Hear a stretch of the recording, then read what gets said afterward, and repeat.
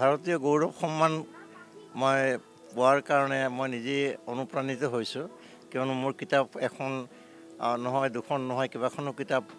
ওলালে কিন্তু এখন কিতাপ এনালাইটিকেল কণ্ডাক্ট অফ পুলিচ সেই কিতাপখনৰ জৰিয়তে মোক এই সন্মানটো দিয়া হৈছে বুলি মই গম পাওঁ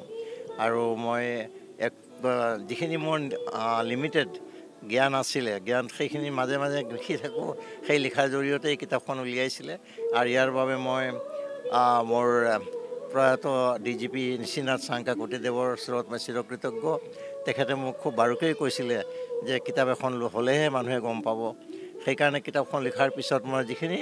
সমাজৰ কাৰণে কামত আহে সেইখিনি মই আটোমটুকুৰাকৈ লিখিছোঁ বুলি মই ভাবিছোঁ আৰু সেইটো মোৰ এটা অনুভৱ হৈছে যে কিতাপখনৰ কাৰণে তেওঁলোকে এই মানে এটা সন্মান মোক প্ৰদান কৰিছে আৰু সঁচাকৈয়ে মই অনুপ্ৰাণিত হৈছোঁ আৰু আগত ভৱিষ্যত জীৱনত যাতে এনেধৰণৰ কিতাপ লিখিবলৈ আগবাঢ়িব পাৰোঁ সেয়া মোৰ কামনা